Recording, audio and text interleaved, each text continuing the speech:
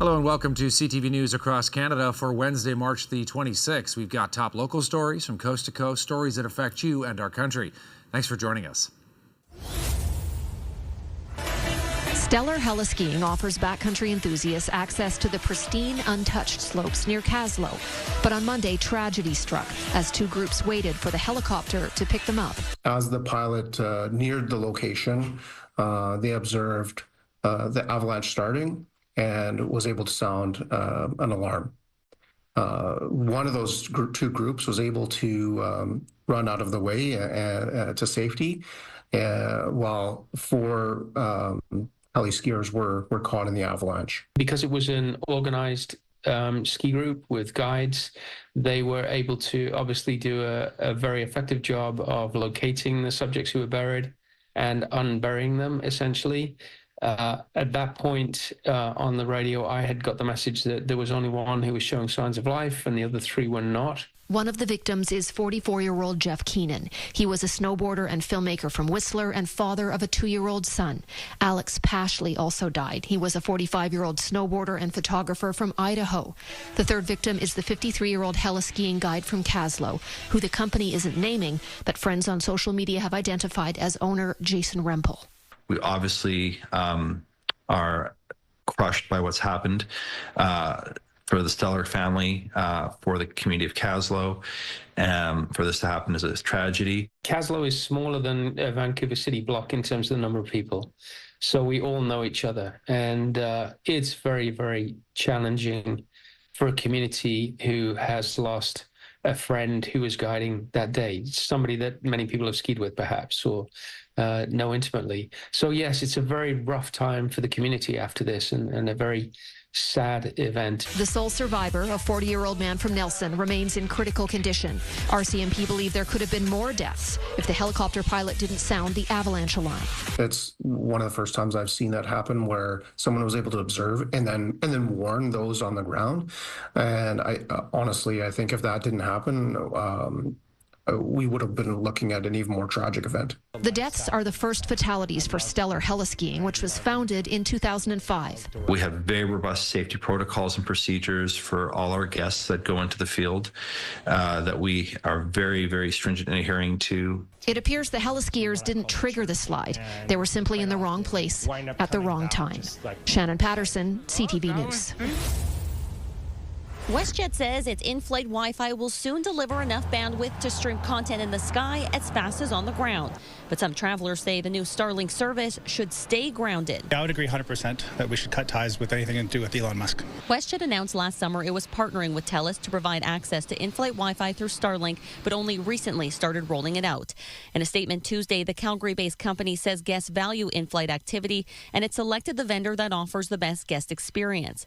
But with Musk advising the tariff-loving U.S. president, many believe the Canadian company should reconsider. I believe that he's a divisive force in the world right now, and so I don't think we should be supporting that. Similar sentiment shared online, with this user planning to boycott WestJet, writing, "Read the room or go bankrupt." Some quick to point out the hypocrisy, posting on X, another company owned by Musk, while another calls it a sound business decision. It's not as simple as just to say, sort of cancel something. There's legal implications. Musk companies have been targets for vandals, and earlier this month, Premier Doug Ford also ripped up Ontario's $100 million Starlink contract in retaliation to U.S. tariffs. We won't award contracts to people who enable and encourage economic attacks. But one political analyst says it's just politicking. Wrap themselves in the flag or put the hockey jersey on, or it's a kind of manipulation of fear as well. I'm the guardian of your interests. That, I think, really sort of torques a lot of this stuff. Starlink emerged as the 6th largest internet provider in Canada as of 2023. And while it provides internet and emergency communication to remote locations,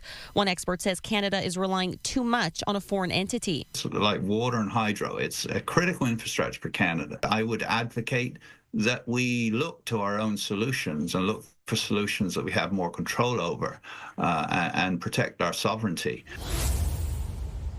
A block of 4 townhouses under construction reduced to charred debris after flames tore through the complex late last night.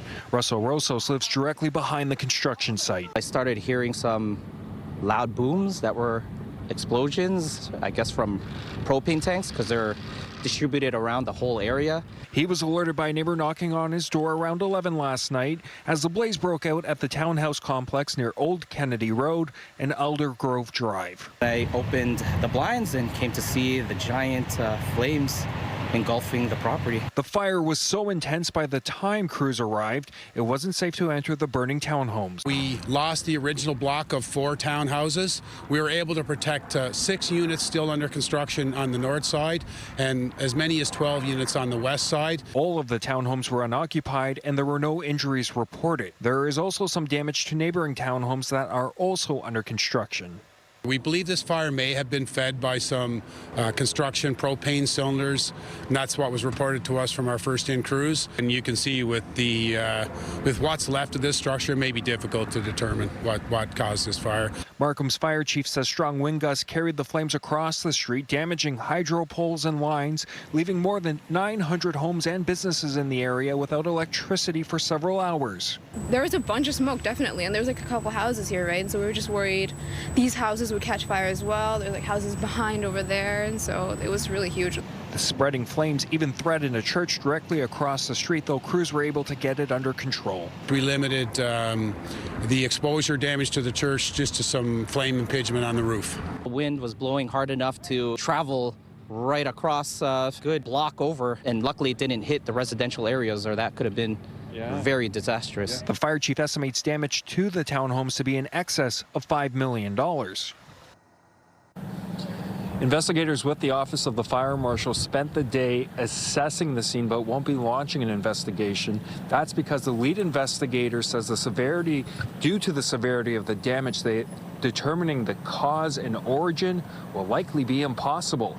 Reporting live in Markham, I'm Mike Walker. Michelle, back to you. Thank you, Mike.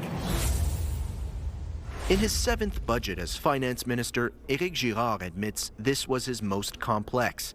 With Trump's tariffs looming large over Quebec's finances, the province is projecting a $13.6 billion deficit, and there are concerns Quebec could plunge into a recession. Right now, the probability of a recession in North America is somewhere around 40%, and that means that the likelihood that we do not have a recession is higher. Quebec says economic growth is held back by all this tariff talk.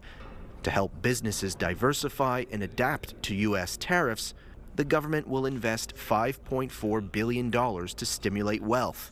Quebec is assuming that tariffs will be adjusted in the coming months. The uncertainty that we have now is equivalent to if there was 10% tariff on all goods. But of course, we will not have 10% tariff on all goods. We may have 25% on all goods for a given period, and then another period with less tariff. It's an assumption. Despite 2 years of historic deficits, Quebec plans to balance the books within 5 years. By 2029-2030, Quebec is projecting a surplus of $100 million, but the Liberals say the plan is not credible. Some of the assumptions behind this budget include the increase in inclusion rate for the capital gains tax, which we all know is not going to happen. In education, Quebec will spend an additional $1.1 billion over 5 years and $3.9 billion in new spending over 5 years on health and social services, aimed at improving access to care and training more doctors. But Quebec Solidaire says it's not enough. Increase in spending is less than the minimum required just to stay afloat. Usually we need 3.5–4% just to stay at the same level. We're at 3% this year, 2% next year. There is new money in this budget for Quebec's English-speaking community. The government will invest $10 million over 5 years to improve access to health care, including mental health services. Matt Grillo, CTV News, Quebec City. A good deal online can be easy to find through sites like Facebook and Kijiji. Just ask Samad Jabour. I've bought a couple clothes off of online, and I bought a couple furniture. His experiences so far? No issues, thank God. Because clicks can come with danger. We had one that was a dirt bike. Cassia Maves jumped on the sale, but after a few messages. They played into the heartstrings a little bit on a family emergency, asked if we could send money, they would come deliver. Maeve's backed away, but not everyone does. It's intimidating. Now, police warn of rising robberies linked to online market sites as a meetup for the transaction can become a violent theft. And we're working to hold those responsible accountable for these offenses. But really, there is lots that the public can do to make sure they don't put themselves in these situations. Police urge buyers and sellers to meet in well-lit public spaces.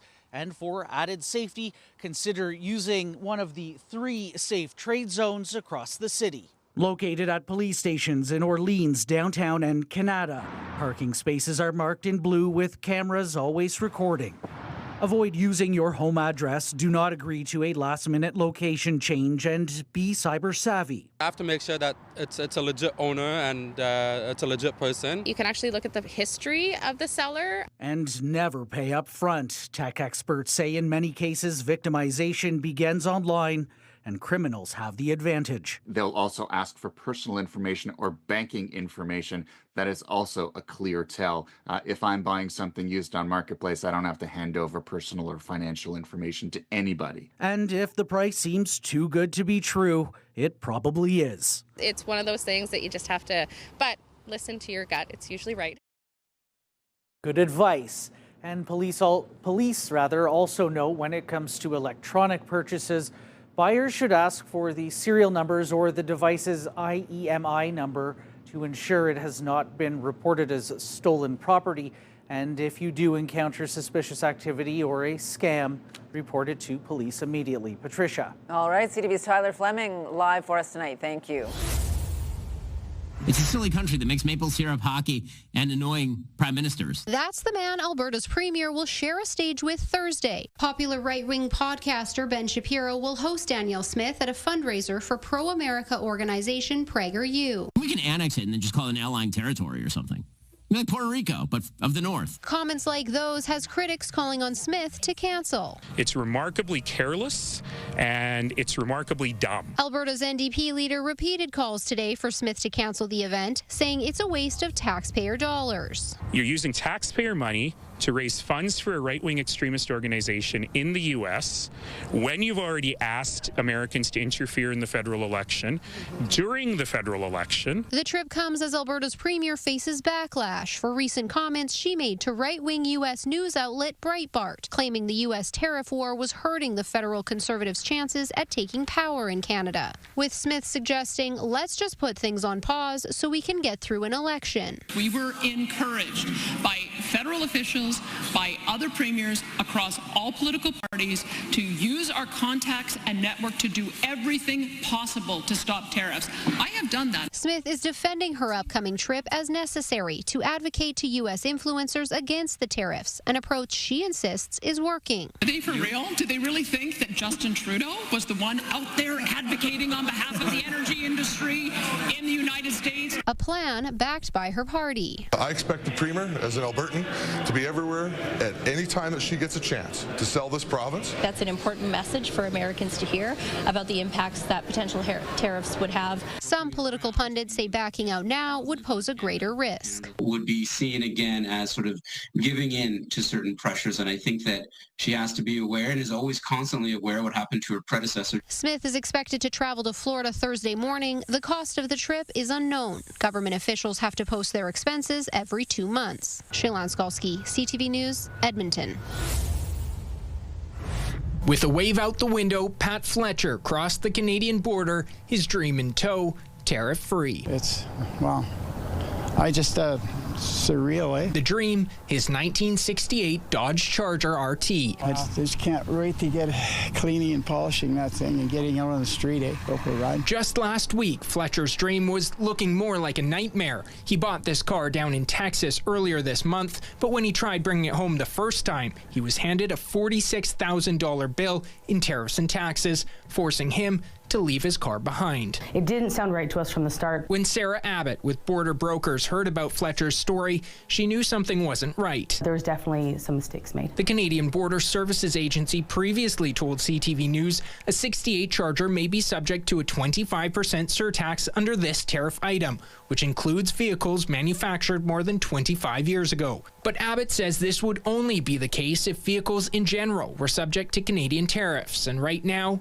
they aren't. It may come April, but it doesn't yet. And so with the kind of trickiness of the wording, it was thought that that surtax should be used to put it back on to a vehicle, even though it didn't apply. With Abbott's help, Fletcher was able to bring his car home Tuesday. CTV News reached out to the CBSA again and was told it can't speculate or comment on individual outcomes. Back in Winnipeg, Fletcher finally rolls his Charger into his garage. Home at last. Despite this whole ordeal, he doesn't hold any grudges. There's a lot of confusion in this stuff with the border guards too, you know. But he does have a warning for Canadians. Just be careful what you do. Get advice from a broker, you know, and that's the proper way to do it. The France flag is raised at Tom Davies Square in Sudbury to honor a visit by the country's ambassador, Michel Murier. The mayor confirmed he was having a sit-down with the ambassador, including discussing economic exchanges with the potential for more conversations. Very interested, in beefing up our relationships with Canada and the provinces. What is very important is just to identify the specificities of some cities, and this one is a capital of mining, and it's an issue of deep interest. So certain countries, even though we've been doing this for hundreds of years, are discovering the importance of Sudbury and the supply chain when it comes to battery electric vehicles, as well as is just the importance of the critical mineral file. So we'll be more than happy to have those discussions with them about the potential of Sudbury, the right investments and the right partnerships of how we can strengthen both of our economies and diversify around the world. At the flag raising and welcome for the ambassador, there were words to celebrate the French language and culture and how Canada is a big part of that. Oh, this is very meaningful. I mean, that the ambassador from France take the time to come to Sudbury is something that hasn't happened in over 30 years and really shows that we need to tighten up our relationship with France. We have a good relationship with France. The ambassador says another point of discussion with the mayor is connecting universities in mining engineering and innovation. He called Canada an ally and a friend. Alana Everson, CTV News, Sudbury. A bag of dead cockroaches was displayed at a rally held outside 85 Walnut Street, where residents say the building is infested with all sorts of pests, including mice, bedbugs, and roaches. Pest control is a major issue here, as well as lack of maintenance. The last 2 years, I've been living with mice above my stove in my vent. I get up in the morning, there's feces all over my stove. London and Middlesex Community Housing, LMCH, says they are working with certified pest control providers. However, they recognize the treatment cycles are taking longer than expected. It's a bit of a nuanced, because it's sort of different for every tenant.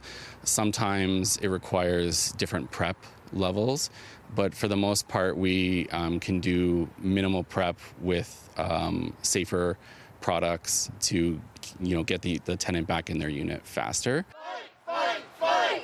Housing is a right. Today's rally was organized by Acorn, a tenants' rights group that says tenants at the building have been raising concerns about pests and other issues for many years. I've had bed bugs 3 times. LMCH says they are making significant progress, noting the infestation rate dropped from 33% at the end of last year to 22% as of today. However, some units are going unreported. Upgrades and pest control treatment can significantly cost more, especially if we're having to help with prep and everything like that. It doesn't impact the tenant because rents are set. what it does, it affects our operational dollars as well. After the rally, the protesters made a special delivery of pest samples to their building management office, along with a letter demanding a meeting to discuss the pest issues. Rita Ismail, CTV News. Hundreds of people lining up around the building, the vast majority in support of the pride flag. We are here to show the trustees of the Waterloo Catholic District School Board that we support the flying of the pride flag. A motion put forward by trustee Conrad Stanley would allow only the Canadian and Ontario flag, banning all others, including the pride flag. The intention of my motion was simply to explore the possibility of whether we could depoliticize a school environment that is highly politicized and highly charged on many sides. The motion put forward by trustee Stanley does not have the full support of the board. Stanley spoke with CTV after board chair Bob Sikora did not respond to media requests, and vice chair Linda Cuff delegated Stanley to speak. As trustees, we face a very complex and difficult job of navigating different interests. Stanley says this motion is not just about the pride flag. It was about political symbols. There are many controversial political symbols. The flag of Israel, the flag of Palestine, for example. These are all political symbols that are controversial to different groups and can be offensive to different groups in different contexts. The group outside not buying this explanation. Frankly, I think it's a bit strategic and a little bit sneaky. It's easy to sort of hide things in, broad kind of thinking like that. The pride flag is not a political issue. It's a human rights issue. It's a human decency issue. I also think it's a very convenient argument to hide behind. Included in the crowd were parents, students, teachers, and staff. Yeah, it's just about safety. It's about being able to see yourself, which is one of the most important things. To show that we love one another for who we are, doesn't matter, and we're here to support each other in solidarity. They say the pride flag has become a beacon for safety and inclusion. There's a lot of people who feel that taking these things away is wrong. It just gives us the opportunity to say, you know what, I support you, I'm here for you, and we can say that openly, and we can say that freely and with a smile on our face. Ontario Green MPP Aisling Clancy also in attendance to show support. So was the Ontario Catholic Teachers Union, who say they are in full support of keeping the flag. And it's very sad when some folks seem to think that groups need to be silenced. And as Catholics, as Christians, we try to follow the teaching of Jesus, and that is inclusive of everyone. And MPP Aisling Clancy sent a letter to the Education Minister asking him to intervene. She says the board trustees are overstepping their role, and she is hopeful the province can step in. We reached out to Minister Calandra's office but have not heard back. There was no vote on this motion last night. That's scheduled to take place on April 28th. Tony. Okay, we'll watch for developments in that story. Jeff Pickle, thank you very much for that new reporting on that issue. The province is stepping in to respond to Saskatoon's fentanyl overdose crisis. We're trying to mitigate future loss of life, mitigate future overdoses. The mayor, paramedics, representatives from Saskatchewan's public safety agency, the Saskatoon Police Service, the Ministry of Health, and the fire department joined together in a press conference to explain how they're handling the crisis. To add 4 paramedics, expanded overdose outreach teams, those are all tangible things that have been done in the community to actually enhance supports. Along with temporarily adding 4 paramedics, the government is supplying more naloxone kits and drug testing strips. It comes as hundreds have overdosed in Saskatoon this month and 9 people have died. In just under a 3-week period between March 1st to 18th, the Saskatoon Fire Department responded to 435 overdoses, well surpassing the 291 overdoses crews handled in the entirety of last year. That's averaging about 19 related overdoses calls per day. The Saskatoon Police Service says it's concerned the fentanyl could flow into other cities. There would be a worry that the supply could get to Regina or Prince Albert or across the province per se, as far as the hub being from Saskatoon. Since the overdose has happened, we have arrested 25 people in regards to fentanyl trafficking and dealing with fentanyl. Saskatoon Mayor Cynthia Block says part of the solution to the overdose crisis is housing. Overdose crisis is what we're here to talk about today, but this is also amid the foundational crisis of homelessness in our city. Housing is foundational to the way forward. A key voice missing from the press conference, Saskatoon's safe consumption site. Prairie Harm Reduction closed its doors until the end of the month to give staff exhausted and traumatized from repeatedly performing CPR a break. Laurel Woodward, CTV News, Saskatoon.